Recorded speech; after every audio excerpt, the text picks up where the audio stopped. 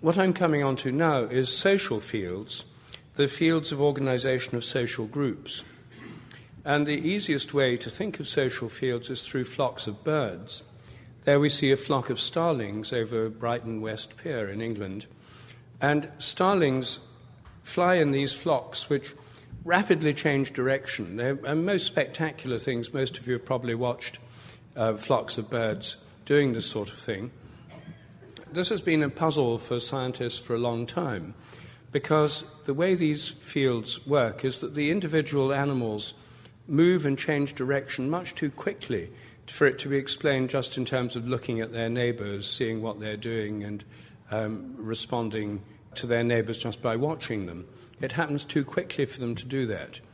And the best computer models of flock behaviour nowadays are based on magnetic field models, treating the whole flock as a field which works back on the individual members within it, and their position and their movement depends on the dynamics of the field.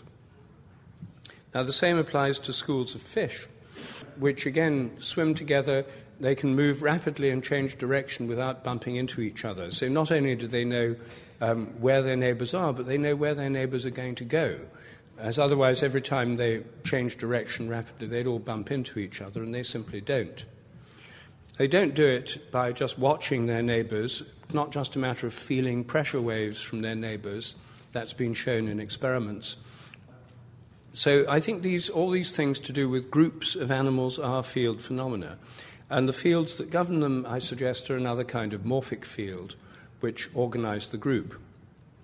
Now, I think this applies to all groups of animals, including human families, social groups in the human realm, football teams, for example.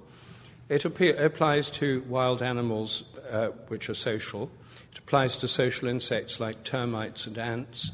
The coordination of the colony of these insects with very small brains isn't in the brain, it's in the field that organizes the individual insects. And when it comes to animals like packs of wolves, what I'm suggesting is that the whole pack has a field. All the members of the group are connected through this field. When some of the members of the group go away and leave the other ones, the field doesn't break, it stretches. So when in a wolf pack they leave the young wolves, the cubs, in the den, usually with a babysitter, while the adults go out hunting, they may range over tens, even hundreds of miles. And it's not as if the field that links them is broken, it stretches like an invisible elastic band and continues to connect the adults with the young, even over long distances. And because they're connected by these fields, I suggest they remain linked, so a change in one can affect the others. And I think that this is the basis of telepathy. I think it's a form of communication between bonded members of social groups that works through the field of the group. There's already evidence that wolves in the wild are telepathic with each other over great distances. There's an analogy to this in quantum theory. Quantum non-locality is the phenomenon whereby particles that have been part of the same system, when they move apart, remain connected at a distance, so that a change in one affects the other at a distance. This is sometimes called entanglement. And this provides a strong analogy for telepathy between separated members of social groups. They're together, they're part of the same system. When they move apart, a change in one is correlated with a change in another. The fields of social groups, as morphic fields, have a kind of built-in memory. And this is true of human fields as well.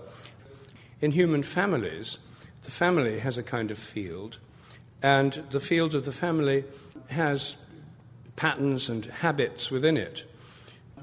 And this is something which is most graphically illustrated in a form of psychotherapy called systemic family constellations.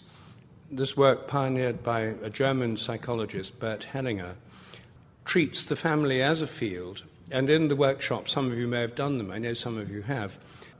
Yes, indeed, there are one or two people here who actually lead these groups. What happens, for those of you who are not familiar with it, is that, say you're working on your family. You might be working on your family of origin, i.e. your parents, brothers and sisters. You pick people from the group to represent your father, your mother, your brother, your sister, and so on. Then you place them in relation to each other. If your parents were very close, you'd put them close together. If a member of the family was very distant and disconnected, you'd put them further away, sort of facing away from the family. People arrange the family in a way that seems to represent that family group.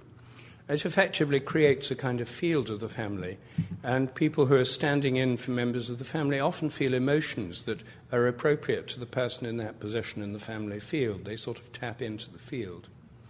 What Hellinger has shown, and what many other people working with this kind of work have shown, is that very often patterns in family fields where, say, a member of the family becomes suicidal or wants to go away from the family or is very disconnected, often reflects a way in which in a past generation a member of the family was excluded from the group, either because they committed a crime or they were the black sheep or they'd committed suicide or something. It sets up an imbalance in the field which moves through generations unconsciously. People are often unaware of this. And by going back to the generation where the person was excluded, including them again, by having someone to represent them, bringing them back in a group, it has a healing effect on the whole family field. It's a remarkable form of therapy. I've seen it work myself. My wife does it in a more ceremonial form than Hellinger. So I mention that because it's a way in which morphic fields actually directly interface with a particular form of psychotherapy and provide a kind of explanation for some of these remarkable effects that this therapy can produce.